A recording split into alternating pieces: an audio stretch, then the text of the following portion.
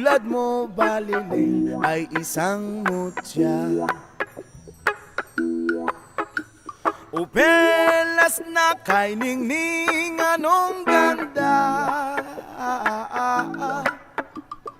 Tulad mo'y bituin sa kalangitan, tulad mo ay gintong kumikinang.